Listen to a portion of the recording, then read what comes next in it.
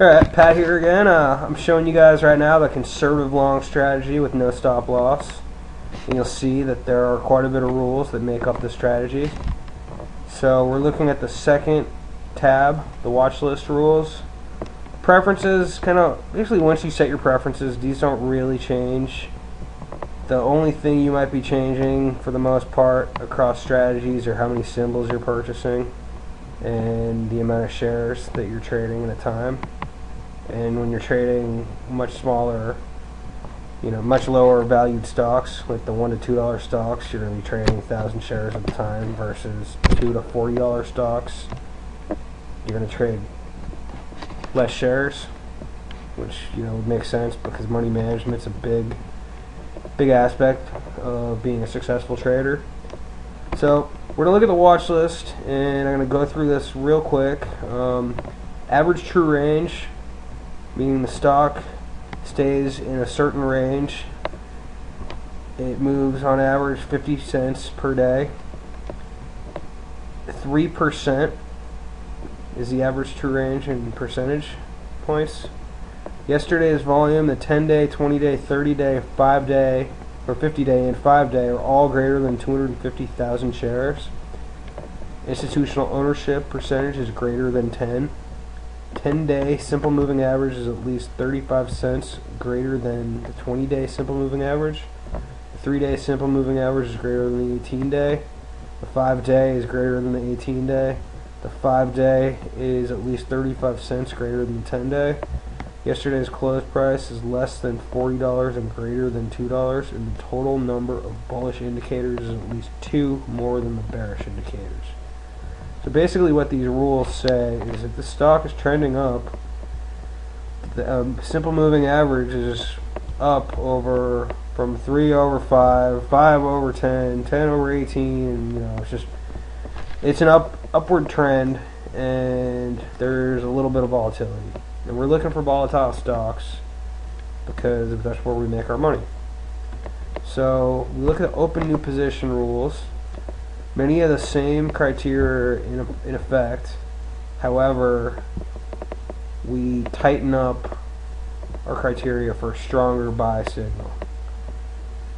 So a new rule added to this is a percentage of stocks up in all sectors is greater than the percentage of stocks down in all sectors. Everything else is the same. Today's Dow move is greater than 0. We only buy when the Dow is up. E-mini consecutive minutes up is greater than 0. That means over the last, as long as 2 minutes in a row, the E-mini is up, it's buying. Today's last trade price is greater than the 18-day dynamic simple moving average. That's a new one as well. Percentage of stocks up in my sector is greater than the percentage of stocks down in my sector. Sectors tend to move together to a certain extent. NASDAQ move is greater than 0. Today's S&P move is greater than 0. Basically the market's up. We go along when the market's up. And it looks like all these simple moving average numbers are all the same. Today's current price is at least 25 cents less than the highest price during 30 days, or the previous 30 days. Today's current price is at least 25 cents less than the highest price during the previous 20 days.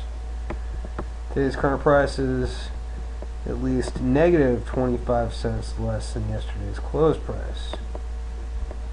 And all of these just indicate a stronger buy signal. So, and once again, the total number of bullish indicators is at least 2 greater than the total number of bearish indicators. So adding to our positions, for this strategy I believe everything is the same. I'm going to go through it though just for a second. Yeah, it looks like it's all the same. Exit trade rules. We don't exit based on any of these rules in this strategy. The only way we're going to get out of one of these positions is if we make money. Otherwise we're going to sit in the position and we're going to add on 10% drops in this stock, and you can do that in this declining preferences tab up here, and you set a table up based on your numbers. And then the profit requirements for this strategy, chasing 10% gains, 5% profit protection, and there's a half a percentage point for a pullback. There's no stop loss. 300 is far more than 40, which is the maximum price stock this will buy. And then it won't buy a stock again unless there's at least a 25-cent move.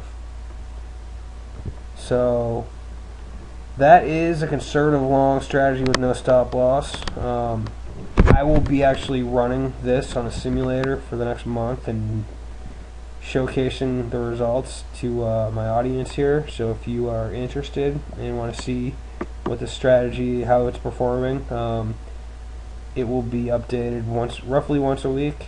You know, I'll try to be consistent with it, and yeah. So that's a conservative long strategy with no stop loss. That's a longer term strategy, and it's been pretty successful in the past. So hope you guys enjoyed that, and I look forward to showcasing more.